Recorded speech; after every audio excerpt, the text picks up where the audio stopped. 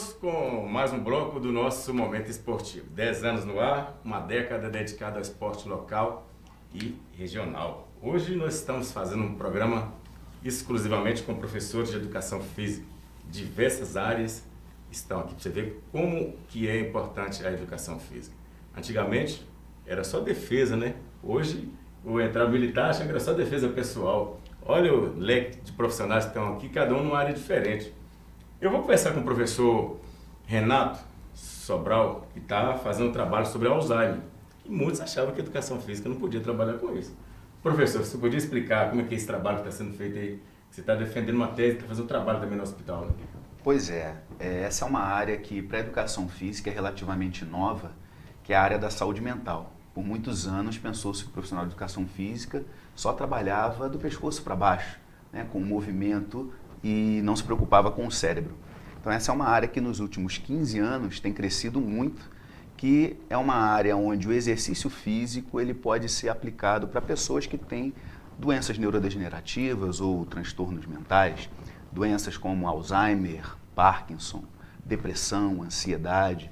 Então, tanto no campo da pesquisa, eu tenho trabalhado na Universidade Estadual de Montes Claros, como na prestação de serviços. Então, hoje nós estamos inaugurando, inclusive agora em setembro, o Ambulatório de Neurociência do Exercício, no Hospital Haroldo Tourim, para atender pessoas com doença de Alzheimer, com depressão, com ansiedade, por meio do exercício físico. Cabe lembrar que, além de ser o mês do profissional de educação física, esse é o mês de Setembro Amarelo, que também é a prevenção contra o suicídio, né? Depressão, ansiedade, que são doenças que hoje estão assolando a nossa sociedade e que o profissional de educação física tem um trabalho importante com esse público. A gente sabe que o exercício físico, por exemplo, ele pode reduzir a ideação suicida. Então, os pensamentos negativos do indivíduo em relação ao suicídio, ele pode melhorar a memória, pode melhorar o humor, que são todos fatores importantes nessas doenças. Então, hoje, a educação física ela atinge vários segmentos e eu, particularmente, nessa área da saúde mental. Então, para evitar tudo isso, a gente tem que começar trabalhando já na educação infantil, né, professor? Está aqui o trabalho específico na educação infantil. Tiago, fica à vontade. Exatamente. Até dentro do que o Renato estava falando, Renato, eu tenho percebido também, de algum tempo para cá, um número muito grande de alunos com autismo. E essa é uma área que nós, da educação infantil, estamos entrando muito forte com o desenvolvimento das capacidades coordenativas, a coordenação motora fina, a coordenação motora global, né? A gente tem visto que esses alunos com autismo, desde pequenininho, eles já têm uma certa percepção para essa área da educação física. E fora os alunos com autismo, o prazer que é trabalhar com a criançada, que eu falei aqui ano passado, que eu viro a Patati Patatá, o Patati Patatá, eu viro a Xuxa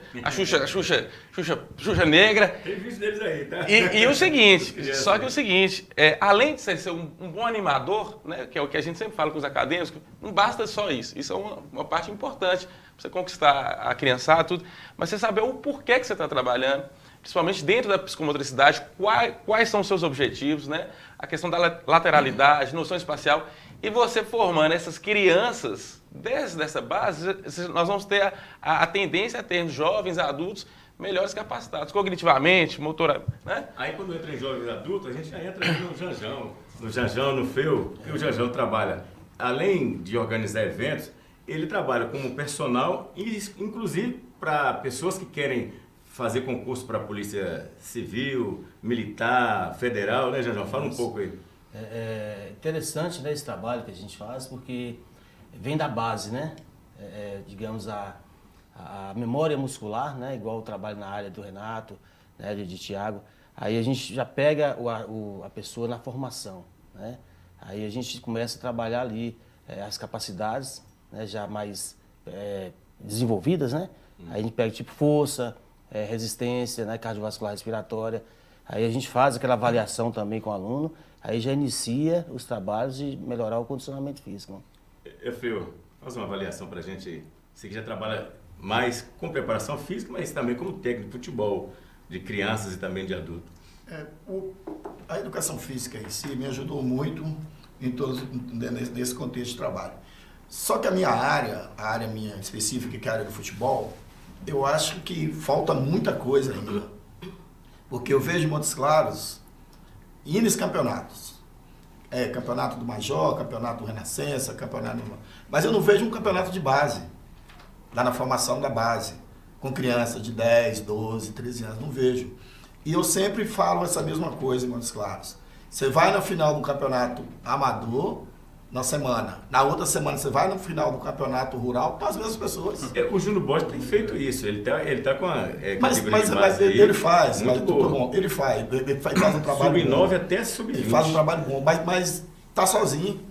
Inclusive... É a mesma coisa de João Batista. Eu falo com o João Batista que é treinador nosso no futsal.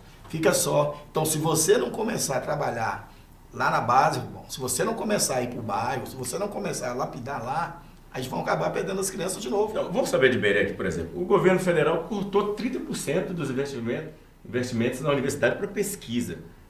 Qual que é a opinião de vocês sobre isso também? Porque é terrível, né? Você que está fazendo o trabalho aí. O professor Renato pode falar melhor sobre isso, que ele está no programa de pós-graduação, né? Mas lá na graduação nós tivemos problemas já, né, com essa redução. A importância do exercício, a gente vem falando sobre isso, e do envolvimento dos acadêmicos e da produção de conhecimentos, né, relativo ao movimento. O professor Renato fala de saúde mental. No nosso grupo também a gente tem feito alguns trabalhos, né, com relação à importância da atividade física e uma melhor saúde mental ligada à autoestima, né, da ideação suicida. E a gente percebe que só com pesquisa você consegue produzir conhecimentos, né? Agora mesmo eu estou com o projeto com o professor Sérgio e também com a orientação do professor Renato, olhando os biomarcadores, né, do exercício em diferentes intensidades, né, e vendo o processo inflamatório. Então, todas essas questões, todos esses conhecimentos produzidos, eles são prejudicados, né, quando há o corte de verbas por parte do governo. Isso é muito complicado, porque pesquisa é o que move produção de conhecimento, né, para que a sociedade continue a avançar. E com todos esses cortes, a gente tem perdido, de certa forma, os alunos de mestrado, de doutorado e iniciação científica, aqueles que estão na graduação fazendo uma ponte com a pesquisa e que, sem receber suas bolsas, ficam com uma carga horária limitada para poder realizar as suas pesquisas. Ou seja, o conhecimento fica estagnado. Enquanto outros países vão avançando, nós vamos andando para trás. Isso é muito complexo. E, de certa forma, e aí mais uma vez compartilhando a opinião dos colegas de que tudo precisa ser trabalhado na base, isso também deveria ser trabalhado nas escolas. Então está aqui o Thiago, que trabalha, né, em escolas, e é importante que essa conscientização sobre pesquisa científica, sobre atividade física e sobre outras áreas, tudo isso seja trabalhado na escola, para que a gente tenha uma sociedade que cresça sabendo da importância de tudo isso. Porque hoje a gente não tem um apoio tão grande da sociedade, mas não é culpa da sociedade, porque a sociedade não conhece a importância da pesquisa. Existe uma grande lacuna entre o que acontece na universidade e o que acontece na prática. A gente precisa acabar com isso tendo intervenções na escola. Na Unimorte tem um grupo de pesquisa muito bacana, né? Tem o professor Gino, o professor Baiano, né, que trabalha junto com os acadêmicos. Imagino que eles devem estar sofrendo agora, né? O recurso escasso da própria universidade, o governo do estado passando por dificuldade financeira, o governo federal cortando tudo.